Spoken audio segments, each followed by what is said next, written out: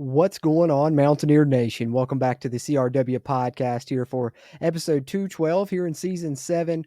Our preview of the regular season finale for the Mountaineers as they travel to Lubbock to take on the Texas Tech Red Raiders, and we'll get into the preview of that game momentarily. We'll break down each side of the ball. I'll give my key to victory and my score prediction. And then, of course, following that, we will wrap up by talking a bit about this Big 12 conference, this crazy final week that's going to decide who goes to play for the Big 12 Conference Championship game. We'll get into the games that are occurring this week. A lot of them have a lot of course, impact on how that ends up happening, who ends up going to that title game. I'll make my picks for those conference games this week, and we'll talk about the scenarios that could play out to see who could end up potentially being in the Big 12 championship game at the tail end of this episode. So that's a little bit of what you can expect here on the slate for episode 212, our Texas Tech preview and predictions here on the CRW podcast. But obviously, one of the main things you're here for is to talk about the Mountaineers taking on the Red Raiders. Final game of the season. West Virginia comes into this one 6-5 overall, 5-3 in the conference, whereas Texas Tech comes into this one 7-5 overall, but also the same conference record as the Mountaineers at 5-3 in conference. West Virginia and Texas Tech have gone back and forth really since the Mountaineers joined the Big 12.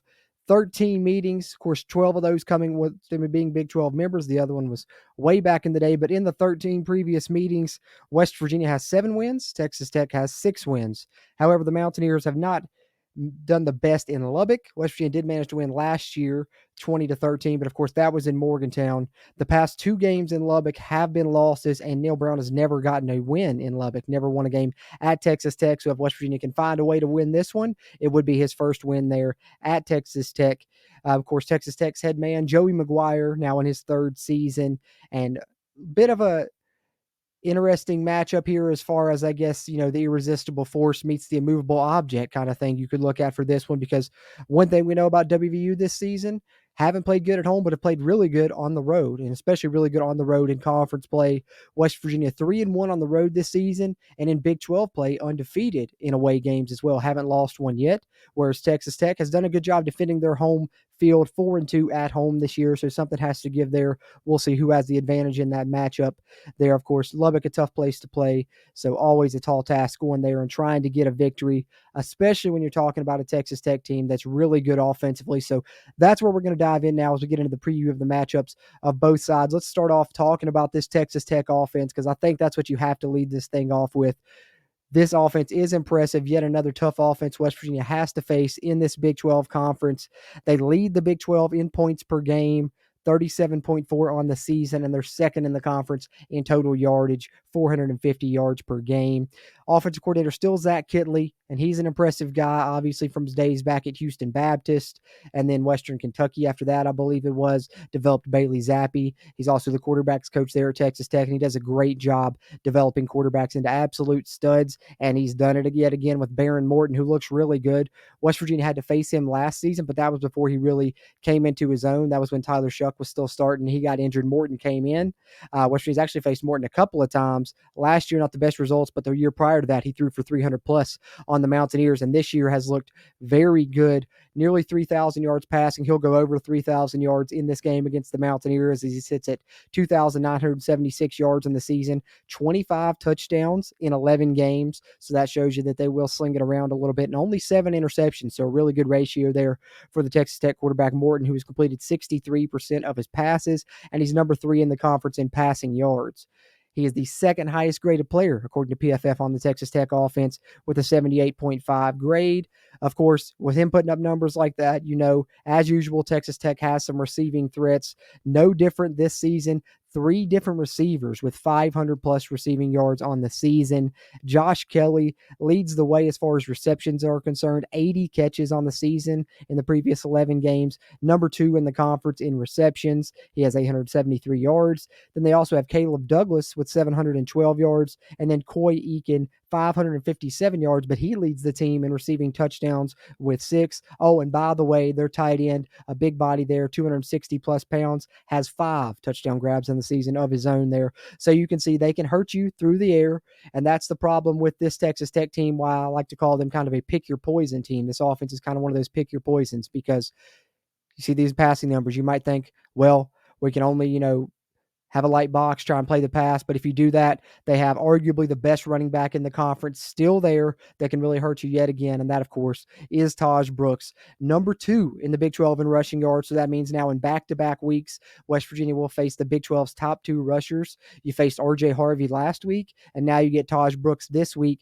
who has over 1,300 yards on the season already. And he missed time this year, if I'm not mistaken, missed a game or two, at least one this season. He also last week really did a good job in the receiving game. They were, giving them the check downs. Texas Tech was taking them, led to their victory, and he put up a ton of fantasy points. Trust me, I know. He's on my college fantasy team. I'm playing for the championship in college fantasy because he put up 49 fantasy points last week. So trust me, Taj Brooks, just as much as a weapon as he's ever been there on that Texas Tech offense. He's the highest graded player on that Texas Tech offense with a 79.9 grade. And that's what makes this Red Raider team so hard to defend, and why it has to worry you a little bit if you're a Mountaineer fan with how the West Virginia defense has played.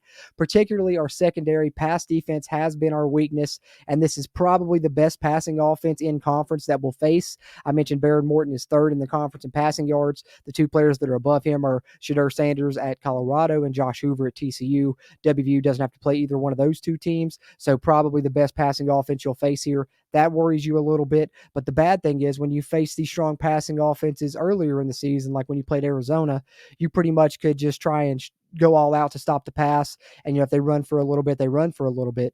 You can't have that game plan now when you've got Taj Brooks. That's why I call this a pick your poison offense that Texas Tech has there, because they can throw it on you, but then if you try and defend the pass too much, they'll run it on you. And they kind of base everything on the numbers in the box. Light box, they'll hand it off, but also they have a lot of throws attached to those run calls, particularly screens. They throw like more than 50% of the passes they throw are screen passes, so you're going to get a variation of quick hitters out to these receivers. If West Virginia plays soft coverage like they have this season, that may hurt them.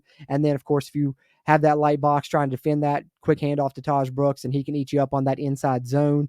Great running back there doing that. And, of course, he can hurt you catching the ball as well. And, oh, by the way, they'll do all this and use tempo, something West Virginia hasn't really had to defend as much since probably the backyard brawl. They did a pretty good job defending tempo then, but this will be the fastest offense they've played probably since then, and they're really going to turn up the tempo. West Virginia's going to have to do a good job with their communication, and that's what worries you here when you look at this matchup, because West Virginia's had issues in the back end. Communication breakdowns have called coverage breakdowns, not getting lined up, things like that have plagued West Virginia this season. And when you're facing an offense that goes fast, they can really exploit that. So you've got to be worried about this matchup a little bit. Texas Tech's strengths align with West Virginia's weaknesses, unfortunately. So that worries you. This Texas Tech offense has scored 50 plus 4 different times this year, and they've scored 60 plus once. I believe it was 66.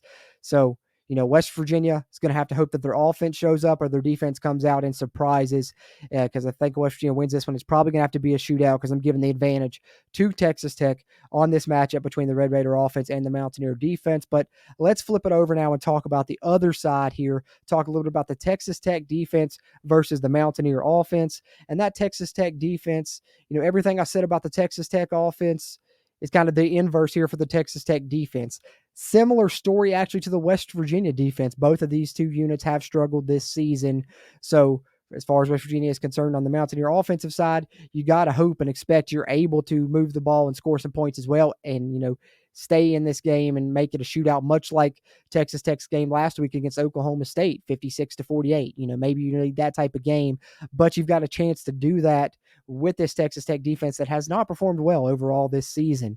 Their defense coordinator is still Tim DeRuyter in his 3rd season. It is a multiple style defense. They'll switch it up between a 4-man front and a 3-man front at times, but they are the lowest graded overall defense in the Big 12 conference with a 60.6 grade according to PFF. And they're also now the only Big 12 team that is rated lower than WVU in coverage grade. So for a long time this season, West Virginia's coverage grade was super low, but in 2 of the 3 games Jeff Kuntz has been coordinator, they've actually had a better coverage grade, and that's raised up the average about 1.5 points or so. And now Texas Tech has a 49.1 coverage grade on the season compared to West Virginia's 51.5. So as bad as West Virginia's secondary has been, according to PFF grades, Texas Tech's secondary has been worse. So, if West Virginia's passing offense isn't able to do something in this game, then that really shows you how arguably inept the West Virginia passing offense is this season, because, they've struggled a bit at times in recent weeks, but this should be a chance to be your get right game in your final game of the season here is against that Texas Tech passing defense. So hopefully Garrett Green, Hudson Clement, Justin Robinson, Cole Taylor, or some of those guys are able to have a big game. And maybe this is one of those games where those other guys come in, with Traylon Ray out, with Jaden Bray out, and make plays. We mentioned Dom Collins. Neil Brown talked about him this week. I'm not going to be surprised to get him a snap or two in this game, and he has the potential to make a big play. Like I said, he was open last week, burnt somebody deep. Hopefully he has a chance to do it again. And if he does get a chance to get on the field against this Texas Tech secondary, watch out for a big play potentially from Dom Collins. But as far also, West Virginia may be able to run the ball too. And it's going to be a big game where if West Virginia throws these screen passes, if they hand off to the running backs, that they're going to hopefully be able to make guys miss and make some plays out on the perimeter, make some plays. If you can get the ball to your guys out in open space, it's one of those games where you can make something happen, because not only is the Texas Tech overall defense and coverage been bad, they've been really bad at tackling as well. 15th out of 16 teams in the conference in tackling grade, 48.1 for comparison. West Virginia is number 1 in the Big 12 in tackling grade, 83.6. So you got to hope that Jaheim White, CJ Donaldson are able to force some missed tackles in the run game. And maybe if you hit some perimeter screens to the Rodney Gallaghers of the world out there, they're able to make some guys miss. It's a good game to try and draw up some plays to get your guys in open space and try and make some guys miss for the Texas Tech defense, because it seems like they will miss some tackles if you get yourself into the opportunities where you can force them into doing that. And hopefully West Virginia has a good game plan heading into this one, because if they do, their offense may put up some points, and it may be one of the more fun games on offense to watch for West Virginia this season. I know those have been few and far between, really, if you talk to a lot of the fans, but this has the potential to be a good game for the West Virginia offense, and let's hope it pays off and does just that.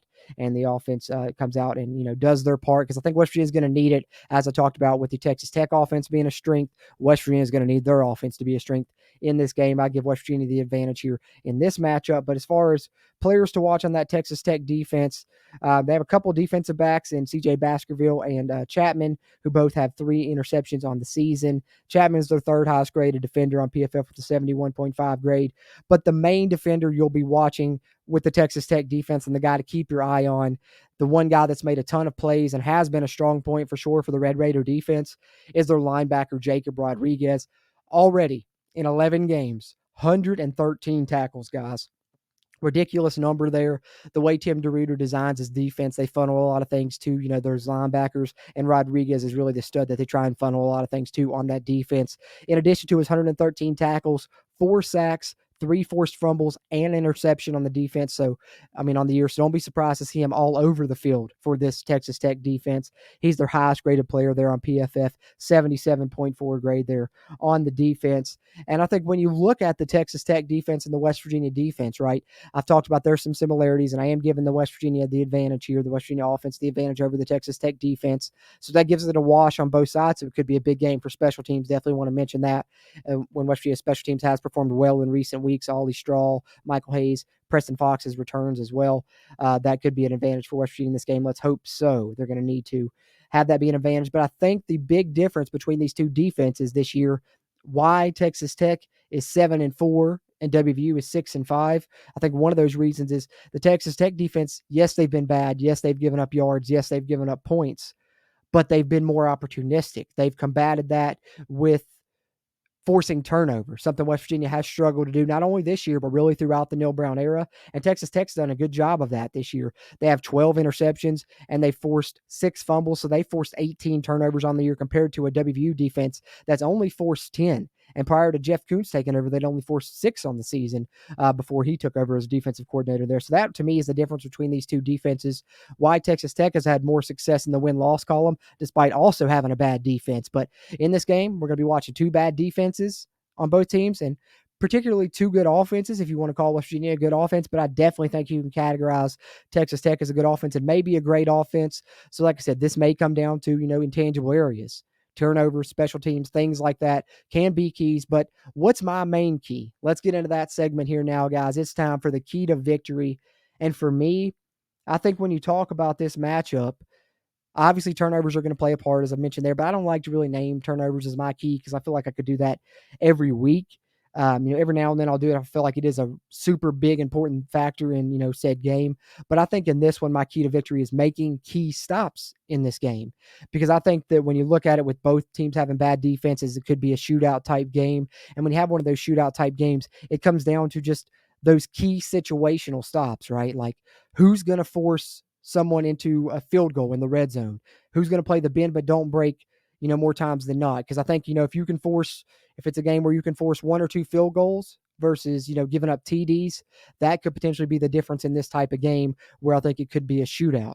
Or, if you can be the team that forces 2 or 3 punts in a game where there's probably not going to be far too many punts, to be honest with you, just looking at it on paper. You never know what can happen. There's always surprises, especially late in the season. Those surprises can occur, but I think it's going to be a shootout style game. So for me, making key stops is the key to a WVU victory in this one. But that leads to it, guys. Prediction time. What do I think will happen in the final game of the 2024 WVU football season that has been an absolute roller coaster, right, for Mountaineer Nation? Big up and down. A lot of build up, a lot of preseason hype. Really had things at a level they hadn't been at in many years. Then throughout the season, been a lot of up and down. And then finally, kind of on the downward trajectory, unfortunately, here in November at a time where it looked like we could be a competitor in this conference that's, wide open for grabs. But now West Virginia has reached bowl eligibility, and they have a chance to finish the year either 7-5 or 6-6, and it would also be their 6th conference win, which, as Neil Brown mentioned in his press conference, would be big. But there's a lot of outside noise going on around the program as well, and you got to wonder how that affects this team. I was pleasantly surprised against UCF. The team certainly didn't give up. They came out and played, one of their better performances in weeks and one of their better performances maybe overall and altogether of the season. But you got to wonder going on the road if they're able to do that. I know West Virginia's played well on the road this year, as I mentioned earlier, only 1 loss on the road and haven't lost on the road in conference yet. But for Neil Brown, I'm looking at it from this aspect. I know his future's up in the air, and of course, we'll have an answer to that in probably less than a week's time now as well. But when I look at it from his perspective throughout his era, I think it goes back to something that we've talked about previously, and that's it's hard to pick you to do something when you haven't really shown me that you can do it.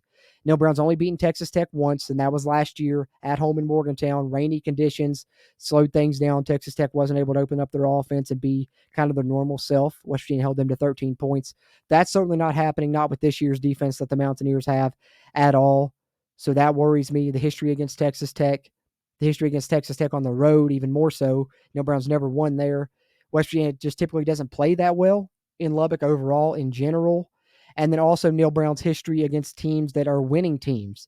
And regardless of this result, Texas Tech's going to finish the year as a winning team. It just depends if they'll finish 8-4 or 7-5. We know Neil Brown hasn't beaten many winning teams this season and hasn't beaten many winning teams overall in his career. So all of those factors going into it, and then just the matchup I don't think is good for West Virginia when you're talking about how Texas Tech's offense is really good throwing the football for one, which is already a bad enough matchup for West Virginia, but they also have that balance with one of the best running backs in the conference. I do think the Mountaineers will be able to score some as well. I think it'll probably be a shootout, but as I said, Texas Tech scored 50+ 4 different times this season. That worries me with this WVU defense that faced another hot offense a couple of weeks ago in Baylor, and they were surgical in carving West Virginia up, and that was in Morgantown. This one's on the road. I think Texas Tech's going to find a way to do that as well, and they're going to score 40+ in the prediction that I have here. West Virginia's going to score 2, but Texas Tech maybe gets those few key stops. Maybe they get some turnovers. They've done a better job forcing those this season than West Virginia, but I think they're going to do just enough to outlast West Virginia in the end and pull away when it's all said and done. I've got Texas Tech winning this one 45-35, unfortunately. I hope I'm wrong, but I just think this is a bad matchup for West Virginia, especially on the road to end the season, senior day there for Texas Tech.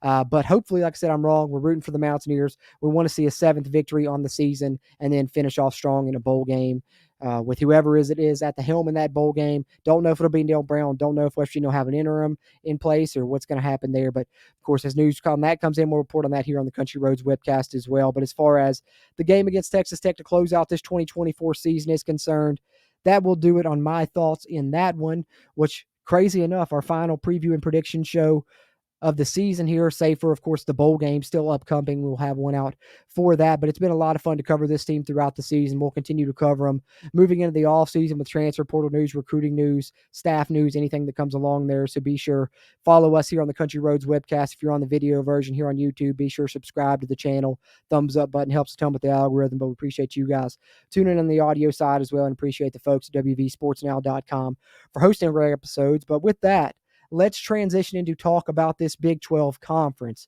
because it is certainly a lot of crazy scenarios, and it's so crazy that before we get into the Week 14 slate and I make my picks, I got to show you guys this from Barstool Big 12. Because as we mentioned, I think previously in our UCF review, WVU, because of everything that's been occurring, all the chaos, still somehow like has a minuscule chance.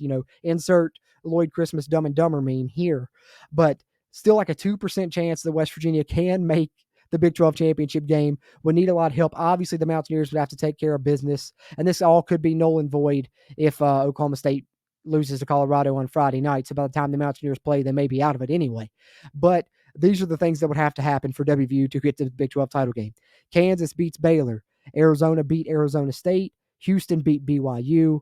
Oklahoma State beat Colorado. Iowa State beat K-State. TCU beat Cincinnati. And, of course, WVU win. And it's a WVU-Iowa State Big 12 championship game, right? Nothing crazy there. Nothing too crazy. Just an insane 16 parlay, 7 if you include the Mountaineers, and most of those being upsets. So, it's not happening, but it's just something fun to talk about there because still a minuscule chance there for the Mountaineers, but a chance for a lot of teams still in this conference where everything's up for grabs. So let's pull up the Week 14 slate. I'm going to make my picks here for the games in the conference, and we'll get ready to wrap up episode 212 here, our Texas Tech preview and predictions here on the CRW podcast. All right, so Week 14 in the Big 12. Do have a couple games coming up here on Black Friday, which I'm recording this and releasing it on Thursday. So happy Thanksgiving if you're listening to this day of release. And, of course, if you listen to it after release, hopefully you had a great Thanksgiving. As you know how the podcasts are funny there, previewing a Saturday game here, getting this out later in the week. But nonetheless, we still have a couple Big 12 games to talk about Friday as we get into this Week 14 slate here, final week of the regular season where the Big 12 championship game participants will be decided. Oklahoma State and Colorado at noon on Black Friday on ABC. Listen, man, if Oklahoma State's going to pull one off, I'd like for it to be this one. That would be a shocker for sure in Boulder at noon. But early kick on the road, you got to wonder how much fight is left in Oklahoma State after they took Texas Tech to the absolute brink last week. They put up 48 points. They were pulling out all the stops. Ollie Gordon was in the Wildcat throwing passes. They were playing a new quarterback that threw for 300 plus. So Mike Gundy's, trying everything to get that conference win, and I'm sure they'll pull out all the stops again, and I think this might be a game that's close, but I'm going to say that the Buffaloes get the win. I'm going to ride Colorado there in that game, although, even though the Mountaineers would need that win if they want to have that minuscule chance we just talked about, but I think, unfortunately, those chances will be dashed before the Mountaineers even play on Saturday because I think Colorado will win this one. That's what I'm picking there. And then we have Utah and UCF. 8 o'clock p.m. game there in the Bounce House on Fox there on Black Friday. Interesting matchup, two teams that haven't had the seasons they were hoping to have by any means. Utah has probably a good enough defense to maybe slow UCF's offense down a little bit, but I think that UCF will do just enough and score just enough to outlast them in the end because I don't think Utah can score points, man. I just don't know if they can score points. And being in Orlando, I'm going to give the advantage to UCF. RJ Harvey is really good. I think they get it done. I'm going to go UCF. So I'm going home wins in both the Friday night contest there in the Week 14 here in the Big 12 in our Around the Big 12 segment, which brings us to our Saturday slate. Obviously, we talked about the Mountaineers and the Red Raiders at noon on Fox Sports 1. Then we have Kansas and Baylor at noon in Waco on ESPN 2. And this right here is the game that's interesting. Stinks to us kind of at the same time as WVU because I'd kind of like to watch it just because these are the two hottest teams in the conference right now. If you're asking me, you can maybe throw Arizona State in there too, obviously. But Kansas and Baylor just playing really red hot football right now. Kansas, we talked about, first unranked team to upset, or first team with a losing record at the time to upset 3 straight ranked teams. Third in that. Baylor's won, I think, 5 straight. They're scoring a lot of points, save for last week. They didn't score as much, but they still found a way to win. So this one's extremely tough for me to call. But I'm going to go with Baylor. The home field advantage. I think that they're playing really good football right now. I think that they'll find a way to slow down Kansas a little bit more with Dave Aranda. He'll find some things to do there. I have more faith, I guess, in Baylor's defense than I do Kansas's defense, and that's kind of, I think, what the difference is for me here in this one. So I'm going to go with Baylor to get the win over Kansas. Then Arizona State and Arizona, obviously rivalry week here across the nation with a lot of rivalry games going on here in the latter portion of the season. And we get one here with Arizona State and Arizona, the first Big 12 edition of this game, taking place at 3:30 Eastern on Fox on Saturday in Tucson. Arizona gets to be the home team looking to play spoiler to Arizona State, but I think Arizona State has their eyes on the prize, man. Cam Scatterboo and company, the Fighting Dillinghams, who's just done a fantastic job there. Being picked last in the conference to going to the Big 12 title game, what a statement that would make. And I think they're hungry to be able to make that statement true. I think they'll get the win here, head on to the Big 12 title game. Arizona State taking down Arizona on the road. I'm going with that one. TCU and Cincinnati, 6 o'clock Eastern kick on ESPN+. Cincinnati, when we played them, thought they had a chance to be a winning team at the season's end. That's not going to be the case.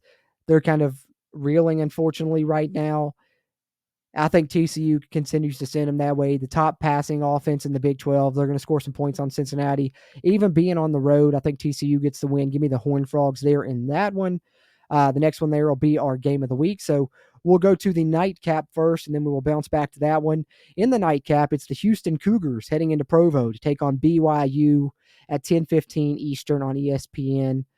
Obviously, BYU, 2-3 weeks ago looked like they were a sure thing to not only get into the Big 12 title game, but maybe to represent the Big 12 in the CFP. Now they'll need some help to get there, but they still want to keep those hopes alive. So I think that they'll be hungry to win this game, and especially playing at home. They want to prove they're still a good team. They don't want to lose to Houston, but hey, watch out for Houston, man. The one thing that they've shown this year is they can play some defense, even in year one under Willie Fritz. So maybe they keep it close, but I think BYU, like I said, still playing for some things to play for in a home crowd there with the late kick. Give me BYU getting the win there in that one, which brings us to our game of the week here in our Around the Big 12 segment. I guess this will be our final Around the Big 12 segment. We'll probably get a chance to talk about the Big 12 title game on a live stream at some point, but here in week 14, our final game of the week, and how fitting that it's Farmageddon, Kansas State at Iowa State in Ames, Iowa, 7:30 Eastern on Fox, with Big 12 championship implications. Iowa State and Arizona State, if they handle business, likely the two participants to play for the Big 12 championship game. Iowa State, one of the favorites now. And Kansas State, who looked like they were going to be a while ago, now would need some help also. But obviously, if they win this game, it's going to really help their chances a ton. This one's going to be crazy to see how it goes. Rivalry game, two teams that have both been, competitors that looked like maybe the top team in the conference at different points this season. Kansas State bounced back last week, but I think Iowa State's got a lot to play for. I think Ames will be a madhouse at night with a potential berth in the conference championship game on the line. I think the home field advantage, Rocco Becht playing well, and Iowa State with their eyes on the prize is going to give them just enough of an edge to close this one out in a late game victory over the Wildcats. I'm going with the Cyclones in the game of the week in the Big 12 conference. So those are my picks here in Around the Big 12 segment here in week 14. And now that we've talked about that, let me pull this up just to talk about some of the scenarios real quick before we wrap up episode 212 here of the CRW podcast, our Texas Tech preview and predictions. But here is the title game tiebreakers as released by the Big 12. As they stated here, entering week 14, 9 teams still in contention. Following details tiebreaker scenarios for ties among teams that end up with 7-2 Big 12 records. 2 teams tie scenarios. The 2 teams tied will be the championship game participants, obviously. 3 team scenarios. Colorado loss. So if Colorado loses in a 3-team tie scenario, your title game would be Arizona State and Iowa State. If Arizona State loses to Arizona in a 2-team tie scenario, Iowa State and BYU would be your Big 12 title game. If Iowa State loses to Kansas State in a 3-team tie scenario, Arizona State and BYU would be your Big 12 title game. If a BYU loses, and we're in these 3-game tie scenarios, then if Texas Tech defeats West Virginia, and if Baylor beats Kansas and Cincinnati beats TCU, you'd have Colorado versus Iowa State. Otherwise, it would be Colorado and Colorado and Arizona State if BYU loses. And if West Virginia beats Texas Tech, then it's a lock, Arizona State and Iowa State. And then your 4-team tie scenario is automatically Arizona State and Iowa State. So by the looks of it, the matchup that looks most likely is Arizona State and Iowa State here by the looks of this scenario. 4 teams who are 5-3 entering the week, they must win and see at least 3 of the 4 6-2 teams take a loss. West Virginia is in that scenario. Texas Tech's in that scenario. So those are very much unlikely right there thus far at this point in the season. So, just to kind of give you guys, one more update as to what they're talking about as far as standings are concerned. Let me pull up the standings here and give you guys an update here to wrap up the episode of where things sit in case you guys missed the UCF review episode. You can see 6-2 in conference, Iowa State, BYU, Arizona State, and Colorado. With Colorado needing a lot of help, Arizona State, BYU, and Iowa State, you're most likely to make the title game. With Arizona State and Iowa State, the most likely matchup there.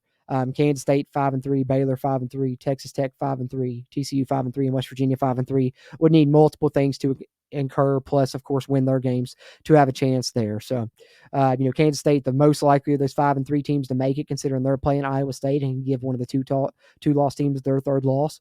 But with the way that I predicted things there with my Big 12 game picks, I'm expecting Arizona State, Iowa State, Big 12 championship game. But it could go a lot of different ways. How about throwing it in the comments there if you're watching the YouTube version here of the podcast episode?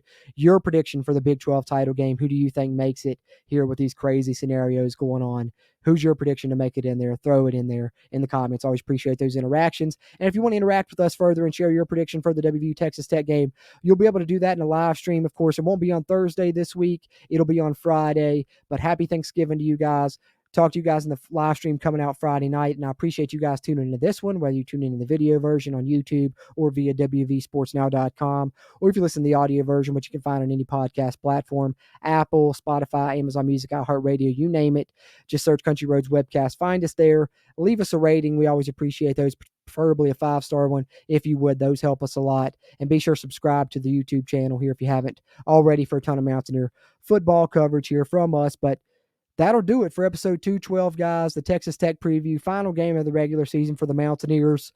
Hopefully ends up with a more positive result than I've predicted here, and hopefully we get a final good performance here from the Mountaineers. But either way, we'll be rooting the Mountaineers on. And if you want to watch the game alongside us, you can do that too. We'll be doing the watch party here on the channel on Saturday for the game at noon on Fox Sports 1. Tune into that one, and of course, turn on our commentary. We'll do a little play-by-play and talk about the game as it breaks down here on the channel of the Country Roads Webcast as well. But that's all I got for episode 212. I appreciate you guys. As always, I'm Jordan Cruz, and until next time, let's go Mountaineers. If you really want to know, then come on, let's go.